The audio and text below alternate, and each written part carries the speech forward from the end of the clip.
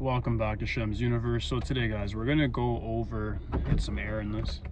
We're gonna go over how exactly to sports bet and day trade, do investments using Astronumerics.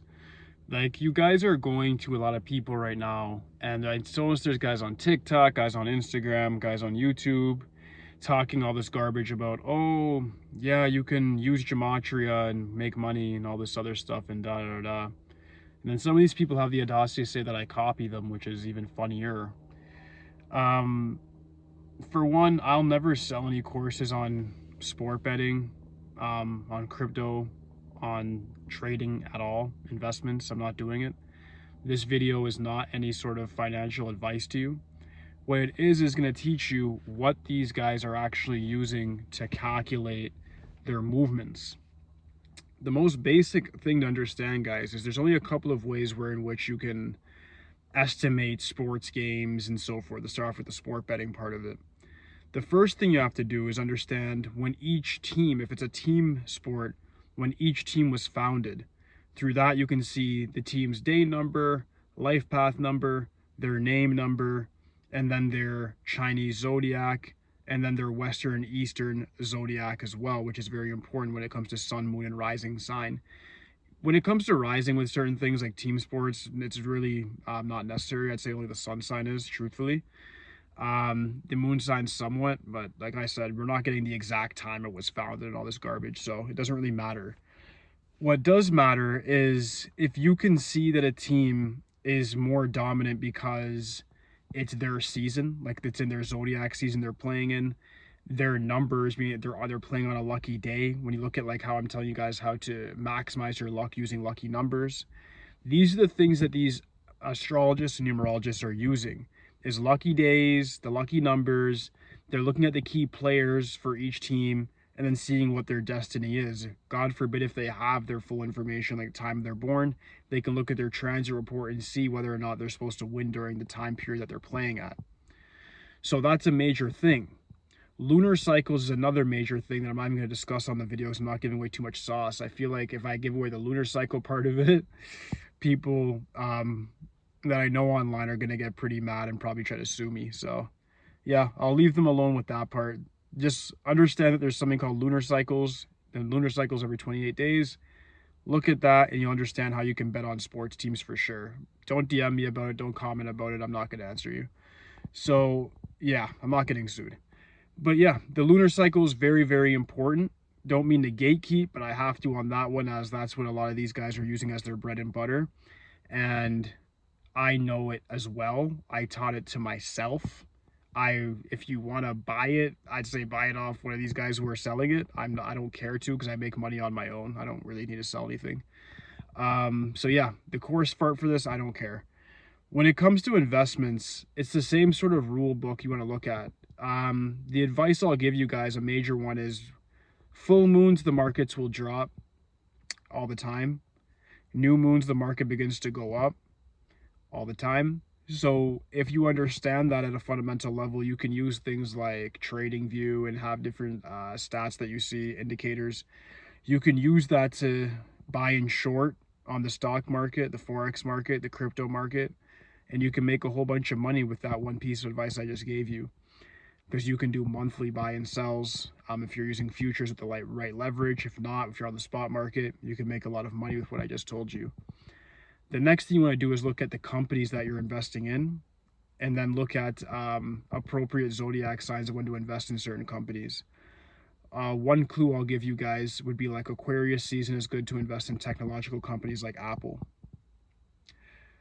That's a very major one, but like I said, you guys might not find what I'm saying that major, but what I'm saying to you can actually change how you make your money completely. Because instead of looking at charts and following different fan pages for stuff and going on Telegram chats, you can actually see the science and why things are transpiring the way they are.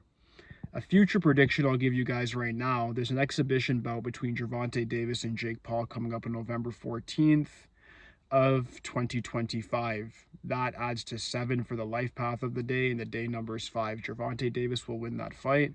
Jake Paul will most likely lose.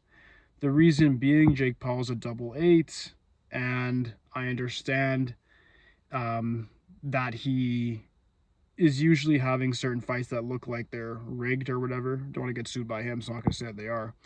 But Gervonta's numbers are in symmetry to that day. What do you mean by that, Shem?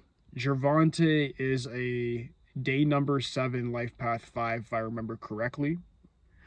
And that day is a day number 5, life path 7. So more than likely, he will simply win just based off of that alone, just because of the numbers. And when Jake wins, he has about 12 bouts now.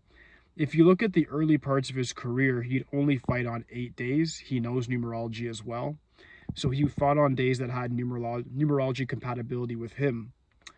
Looking at it from a gematria standpoint, we can go over to a boxer like Floyd Mayweather, who used the month May to have all of his biggest bouts. Some people will say, oh, well, he's just doing that for comedy. He's fighting in May because he's Mayweather. Get it? Haha. It's not so funny. It's actually real because he has letterology with that. He's going to have his name as part of the date of the fight. So that gives him more energy and more leverage to win the fight. Some people say that sounds ridiculous and superstitious, while other people understand that a 15-0 record means a lot, and maybe he had more strategy than we may have thought, even though he can't read. You know what I'm saying? So that's the thing. He might have somebody behind him that does know numerology, that does know astrology, that does know the timings of the universe, and knows when to actually align certain fights for certain times.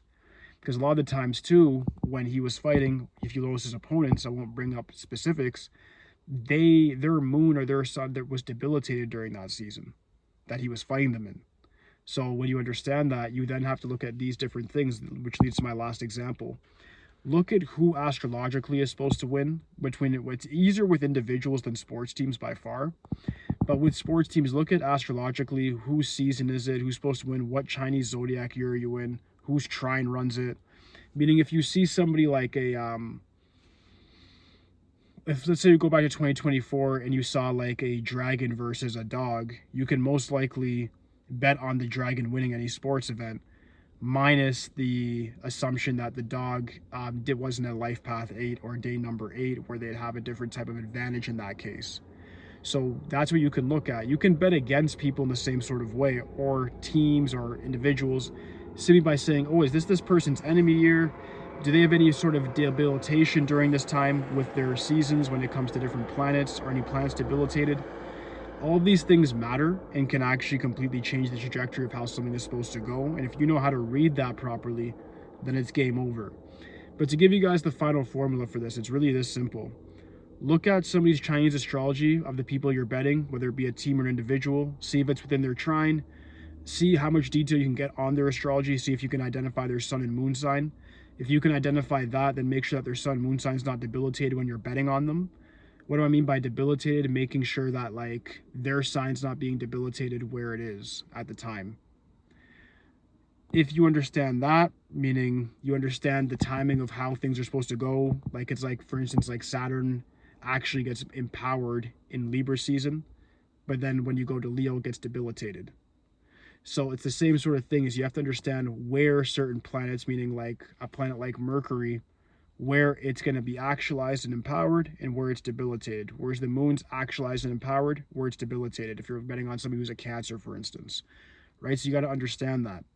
To get a more accurate assumption on betting, the main thing you want to do is look at their numerology. Who has more numerological compatibility with the set day that they're playing on?